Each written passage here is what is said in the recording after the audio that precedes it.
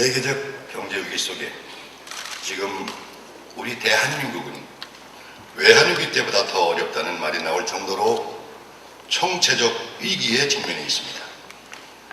내년이 되면 실물경제 침체가 본격화되고 너나 할 것 없이 살기가 더 힘들어질 것이라고 얘기합니다.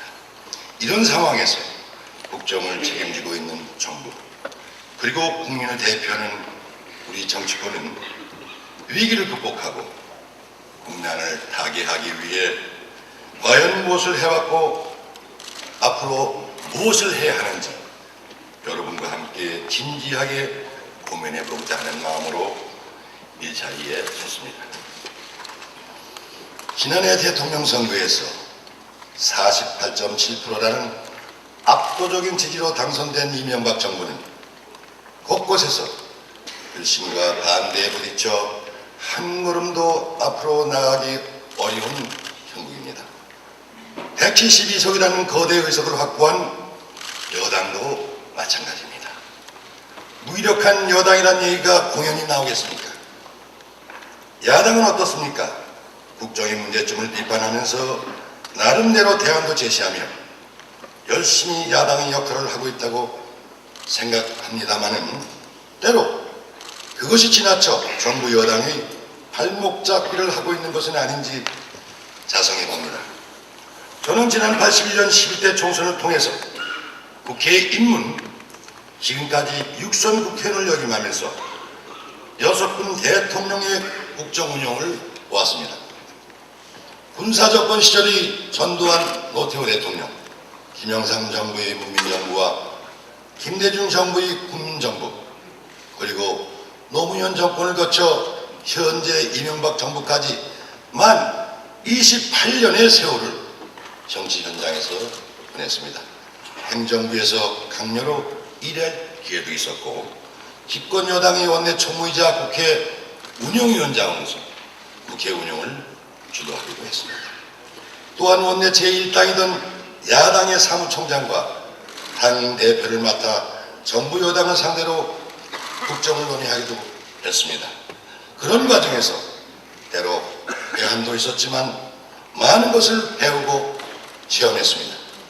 저는 오늘 개인적 이해와 정파적 입장을 떠나 한 점 치우침 없는 객관적이고 중립적인 입장에서 6대에 거친 행정부, 그동안의 정치 생활을 통해서 체득한 경험과 교훈을 바탕으로 현재 위기 상황을 극복하기 위한 저 나름대로의 소회와 대안을 말씀드리고자 합니다.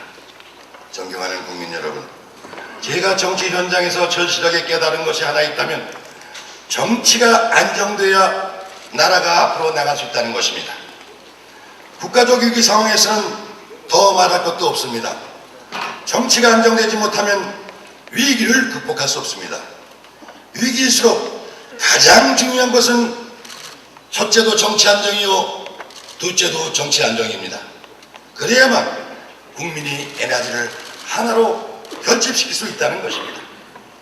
한국의 정치가 국가적 위기 상황을 맞아서도 여야 간의 갈등을 반복하며 안정을 찾지 못하는 근본적인 원인은 대통령의 독선과 독주입니다.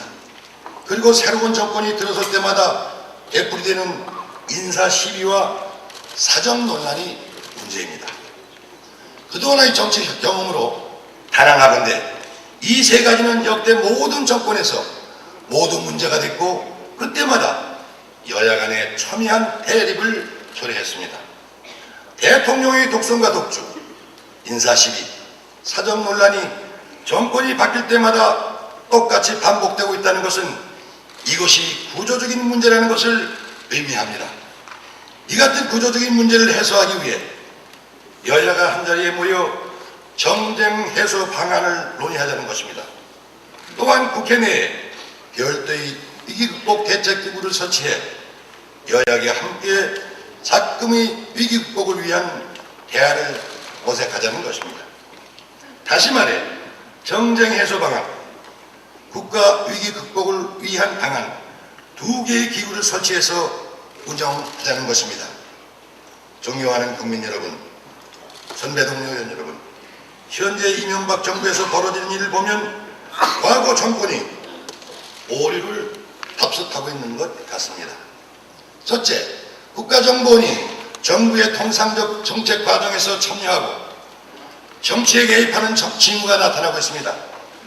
지난 8월 KBS 사장 해임 직후에 열린 언론정책회의에 국정원 2차장이 참여했다고 합니다.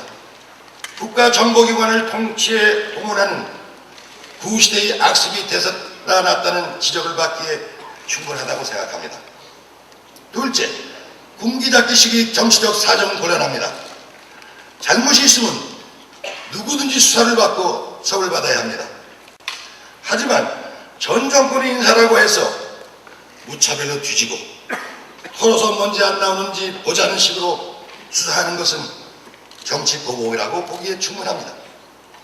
일부 공기업에 대한 검찰 수사가 공기업 민영화와 같은 정부 시책의 사전 정기 작업을 위한 기획 사정이라는 비판을 받고 있다는 것도 알아야 됩니다. 세무 사찰이 남용되고 있다는 사실도 귀 기울여야 됩니다. 셋째, 인사시비입니다. 이명박 정부가 출범한 지 1년이 지났습니다만 공기업의 낙하산 인사가 병행한다. 인사가 특정 지역에 편중됐다. 특정인이 인사를 독점하고 있다는 등의 논란이 끊이지 않습니다. 부족하나마 저희 정치 경험을 바탕으로 역대 정권마다 되풀이되고 있는 문제, 다시 말해 대통령의 독선과 독주, 인사시비와 사정 논란 등 5년 단임 대통령에게서 비롯되는 구조적 문제를 이제는 해결하고 넘어가야 한다는 저 나름대로의 소회와 충정을 있는 그대로 솔직하게 말씀드렸습니다. 정치 안정 없이는 어떤 위기도 극복할 수 없습니다. 저희 친박연대는 정쟁을 중단하고 국익을 위해 모든 노력을 다하겠습니다. 우리 국민은 전쟁의 폐허 속에서 은대화와 산업화를 이룩했고 민주주의를 꽃피웠습니다. 작금이 경제위기도 우리 모두가 힘을 합치면 능히 극복하여 재도약의 계기로 삼을 수 있으리라 확신합니다. 경청해 주셔서 감사합니다.